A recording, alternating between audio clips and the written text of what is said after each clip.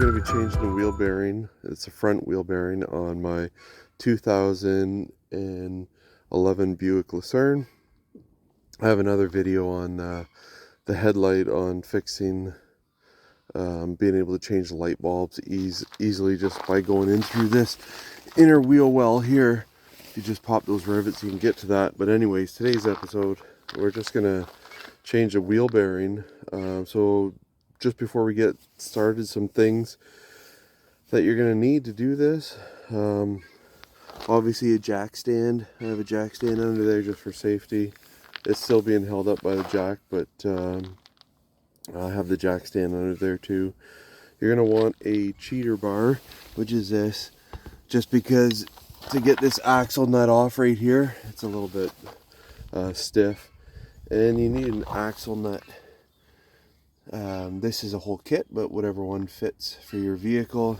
Anyways, if you live here in Canada, you can actually borrow that from Canadian Tire.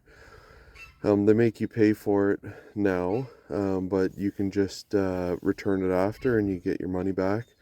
It used to be strictly a loan a tool, but people have been ripping them off, so now they do that. Anyways, let's get started.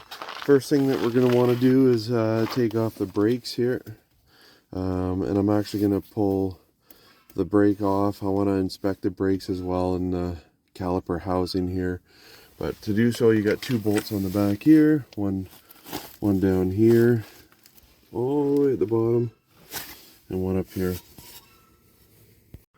And these bolts on the caliper, or on the brake here, it's a 1/2-inch bolt for these ones here.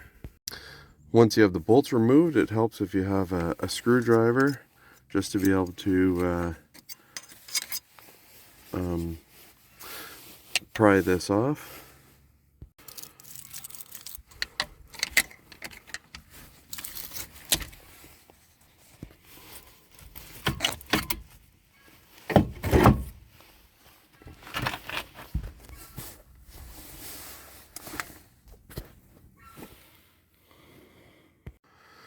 Once the brakes are removed, then we got to remove this caliper housing.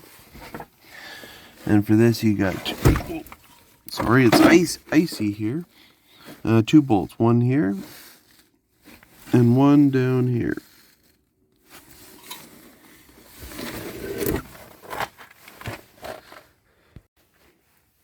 Okay, and sorry, I should add here, this is where GM really doesn't make any sense, because to take off the brakes, those were a 1/2-inch bolt. And now to take off the caliper housing, it's a 15 millimeter.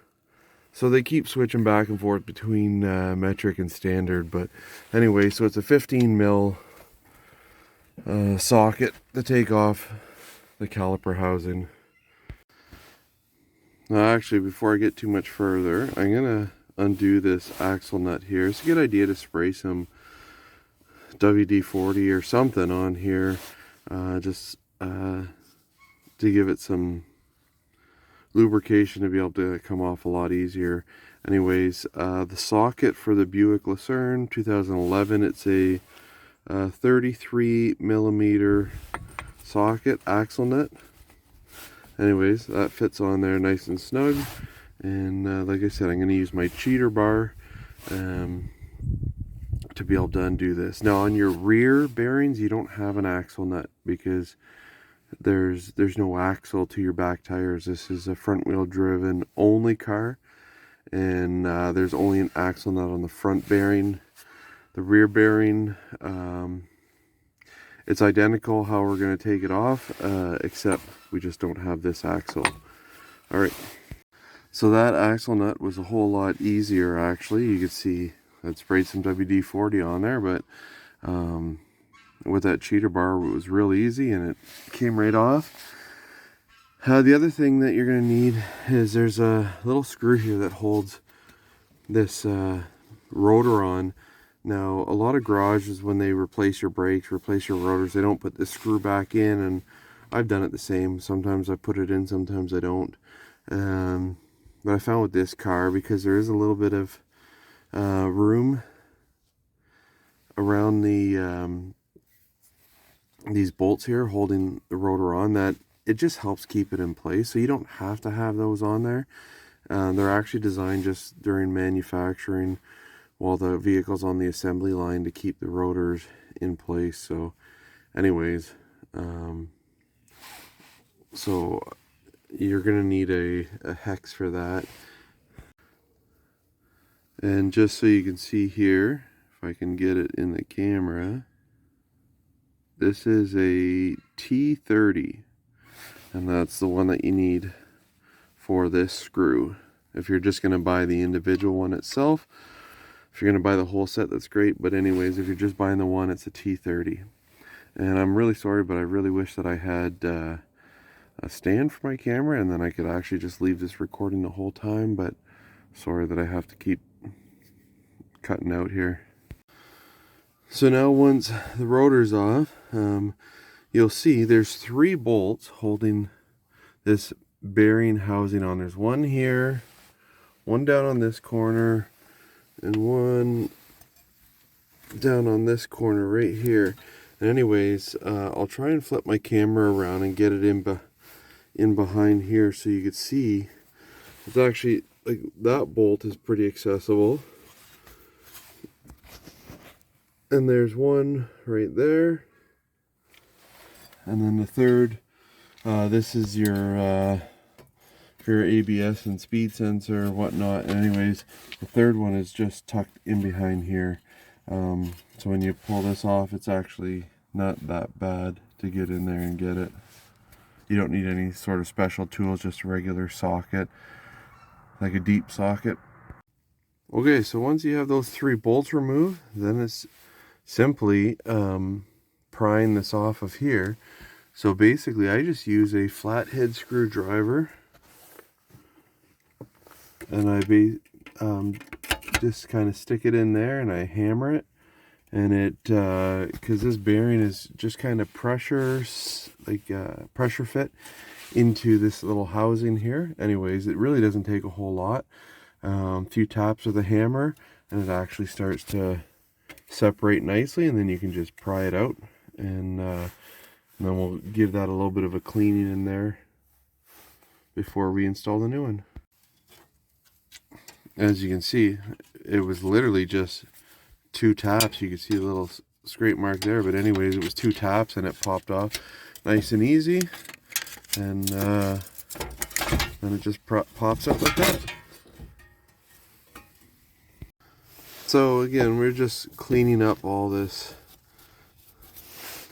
not corrosion, because it's all like aluminum or white steel housing anyways. Yeah, it's not aluminum, white steel housing, but anyways, we just want to clean up all that corrosion that's on there.